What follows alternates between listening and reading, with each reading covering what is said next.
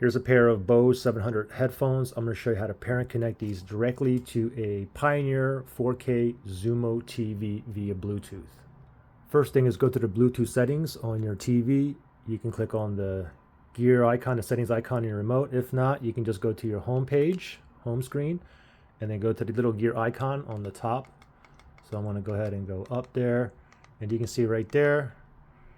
Let me select on settings there. And I'm just going to go down to Bluetooth right there, Bluetooth devices. Click on OK.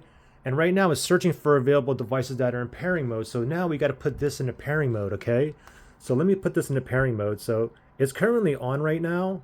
You can see the white light down here, and it's a blue flashing light. It's in pairing mode actually right now. But let me go ahead and turn these off first. I already saw it on there, but let's start back over, okay? I just turned it off. Give it 1 second till this light here turns off. Okay, so it's totally off now. Okay, so it's off now. I just went back to the screen again, so now it's searching. The Bose is not on there. So now I'm going to turn these on, okay? So you have the power button right here. Let me just tap that right there.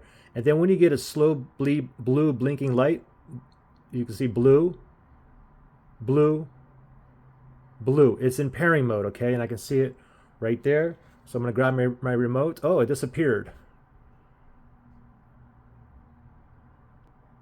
Okay, it just popped on for some reason. All right. So let me go down to the Bose NC700 headphones. Let me click on there.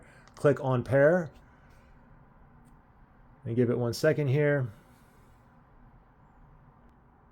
Okay, it just said connected on the headphones here. And now I got a solid blue light right there. And we can see that the Bose up there, it says connected. And there we go. So now I'm ready to watch Netflix on here or YouTube or whatnot.